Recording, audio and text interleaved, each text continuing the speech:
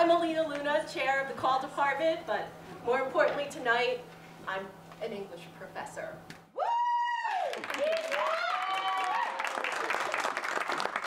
students in English 494 Senior SEM did an impressive amount of work. Their portfolios are between 50 to 85 pages long and comprised of critical papers, reader responses, and creative pieces derived from the critical papers. I counted their pages in the front. You guys you produced about 700 pages this semester. Oh, which you had to read. The topic of the seminar was this concept of the fragment, which is actually more complex than many people think. So much of our lives are governed by these images of wholeness that we even equate them with perfection. But in so many better ways, what we see as parts are even beautiful in their brokenness. I want to thank all of you for coming to hear their creative pieces, which were inspired by those critical papers. And in the program summaries, in the programs that you have, there are summaries that give you a little bit of a breakdown and a context for what it is that they're reading. Many of you are here because you care about someone who will be on this stage. And many of you were invited because one of these students in the seminar sees you as a valued friend or mentor. I want to thank you for sharing in a celebration of who they are and what they've accomplished at Western before they move on to even better and more exciting adventures.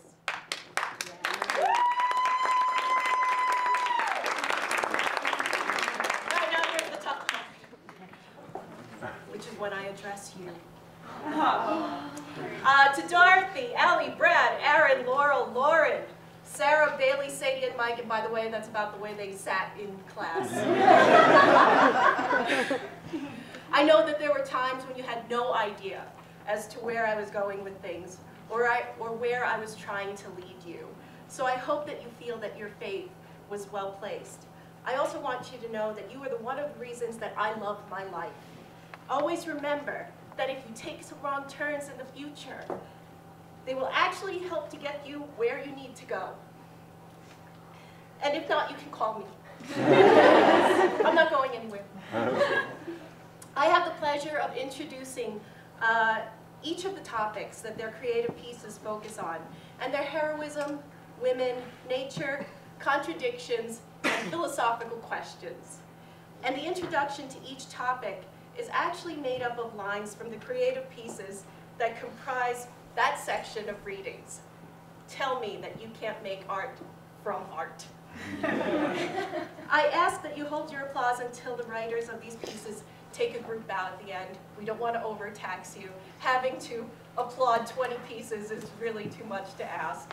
We know that you know they're brilliant. So please hold your applause until they take their group bow at the end of each section. And there will also be a 10-minute intermission. Okay. So, let us begin. Do my first readers want to step off the stage?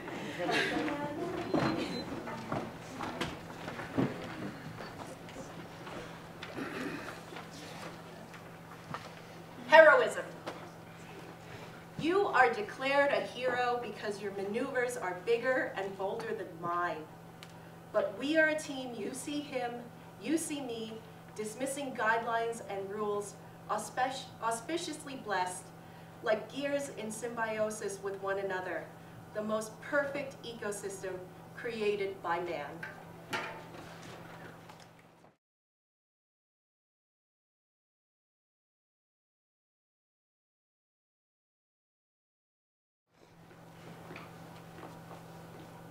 The tragic hero. The tragic hero. A tragic hero is a main character who has a flaw that the audience feels pity for. Alcoholic monster devised a fatal idea that persuaded a girl to absorb damage into an unshakable obsession. Threatened trials consumed a life that had unintentional effects upon others. They attempted to influence change, actualizing through others, construct an alternate life, discovering saviors from obsession. Cynicism fails, challenging the damage done to the girl. as she forms a new idea, terminating the man, the monster. The comic hero. A comic hero is a supporting character who is willing to give up anything to help other characters. Me? The comic hero? I reckon I know nothing of the sort. Is there comedy in helping someone? I just care for her.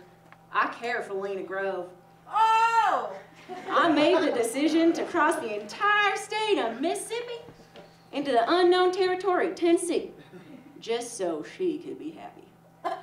You know what? It didn't even matter if we were trying her baby's father. Find her baby's father. I forgot that part, didn't I? She was pregnant when I met her. I remember the day. I was working alone on a Saturday, just like every other weekend. It kept me from sinning. And she comes in, swole-bellied and glowing. She was looking for him. I know who she was talking about. That bootlegger Joe Brown. He was trouble. So what did I try to do? I tried to save her by lying to her. First lie I ever told, I'd like you to know. From that day on, I lied to save her dignity. Because I care for her. My life of celibacy, working 6 days a week and going to church on Sunday ain't mean nothing. All that mattered was her. So if that's comedy or makes me a comic hero, you have a sick sense of humor. Because I'm gonna marry her.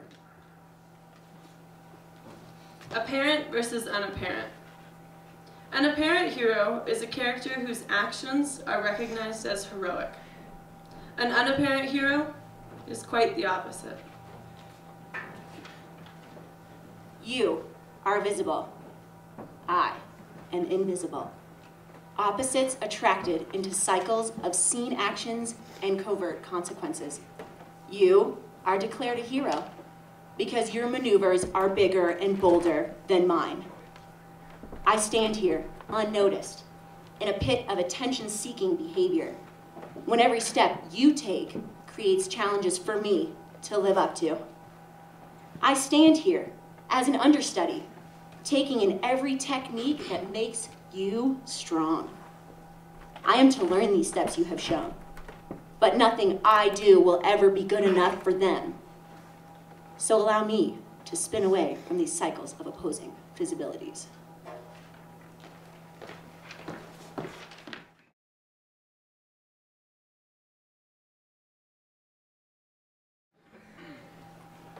It's like he knew us, so burdened, yet alive. But why? What have we done? We're just here trying to survive, working till the drop of sun. They're used to it, status quo. No opposition, they flock together. No place to hide nor go. Oppressing us makes them better. Are we less than, inferior beings? 3/5, I guess, hasn't changed yet. It's something they aren't seeing. We're greater, auspiciously blessed. I am Jubal, Officer Weddle's servant. I have a coat, shoes, I deserve it. We are a team. You see him, you see me. White with black, now that's equality. I am Christmas, not white nor black. Self-control and identity, something I lack. Working the mills, staying appropriate. With Joanna dead, now I'm the culprit.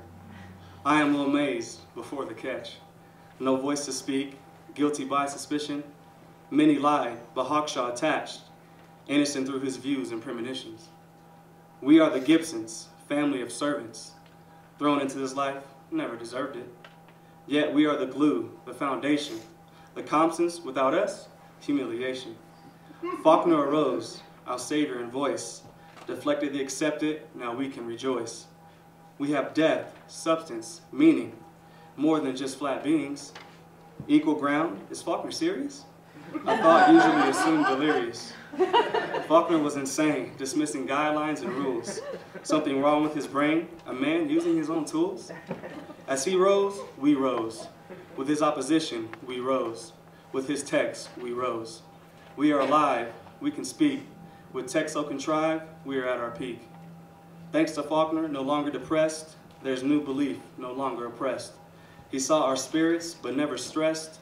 We knew that he saw we were auspiciously blessed.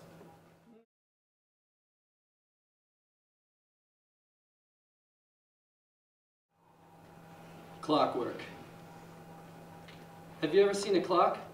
Of course you have. I wish not to insult your intelligence, no matter how easy it may be.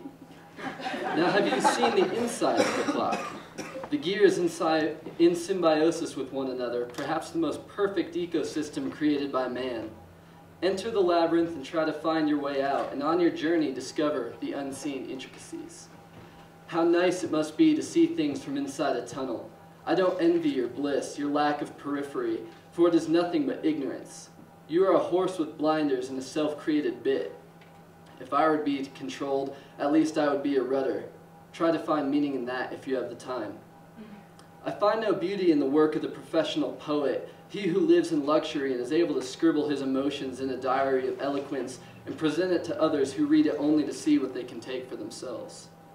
But the poetics of the laborer, be he caked with mud or trapped in silken coat and tie, there be life, for he shovels coal into the engine. I wrote this on a bus and choose to take my gained intelligence to the next level. A furnace room in the belly of floating steel, using my uncle's full wallet to study at night. Have you ever seen the inside of a clock? It's a labyrinth. So come to me and ask about associated reptilian evolution in the human limbic system, and I'll tell you how it's the soulmate of civil rights activist poetry. Show me a word and I'll show you a cell, or better, a nucleus. Ask me to write a word in a library, and you've shown me a cell with no guards. The smartest man dwells not in halls of volumes, but on distant shores in the waters where volumes spring. Show me a poet and I'll show you a shell. I'll show you a denizen of earth, and he'll show you a shell, found in the sands of the real. So write a poem about existentialism. He won't read it. He's busy in the lab. But don't you see?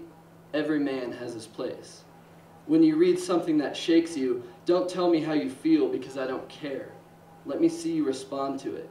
Haven't you ever seen a clock?